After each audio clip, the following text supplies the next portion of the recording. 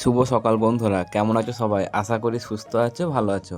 আমার ডেইলি ব্লগে তোমাদের সকলকে স্বাগত।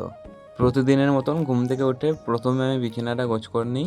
এই দুদিন কাজের একটু বেশিই চাপ, যার জন্য বিছানার চাদরগুলো কাচতে যেতে পারছি না। যাই হোক, বিছানার চাদরটা চেঞ্জ করে অন্য একটা চাদর পেতে দিই। বিছানাটা গোছ করে আমি বাড়ির কাছে যোগ দেবো। আর প্রথমেই ভাবতে থাকি কি করে সামলাবো আজকের দিনটা, কেননা আজকে প্রচণ্ড কাজ আছে। প্রথমে আছে রেশন দিতে যেতে হবে এবং বাড়ির রান্না এবং বাইরেরও কিছু কাজ আছে।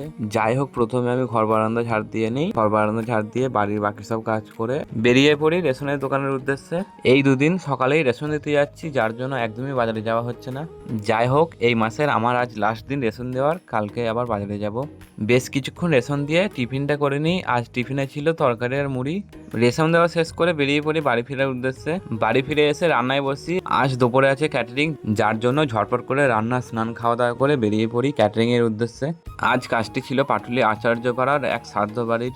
আজ কাজটি যেহেতু ছিল শ্রাদ্ধ ভোজনের এবং লোকও ছিল অল্প, তাই আমরা দুজন কাজে আসছি, আমি আর কালিরাম। প্রথমে আমরা ডেস্কিগুলো ধুয়ে পরিবেশনের জন্য খাবারগুলো তুলে নিচ্ছিলাম।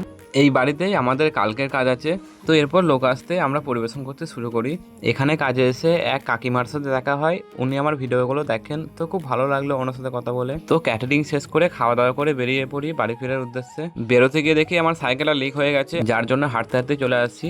আর যেহেতু রেশন দেওয়ার টাইম হয়ে গেছিলো 4:30, তাই রেশনেই চলে আসতে হয়। তো রেশন দেওয়া শেষ করে সন্ধ্যেবেলা বাড়ি ফিরে আসি। বাড়ি এসে ফ্রেশ হয়ে সন্ধ্যে দেওয়া শুরু করি। ভগবানের কাছে এটাই প্রার্থনা করছিলাম, শত কষ্ট দিও কিন্তু আমার মুখের হাসিটা কেড়ে নিও না। ভগবান, আমায় আরও ধৈর্য শক্তি দিও তোমার এই পরীক্ষায় টিকে থাকার জন্য।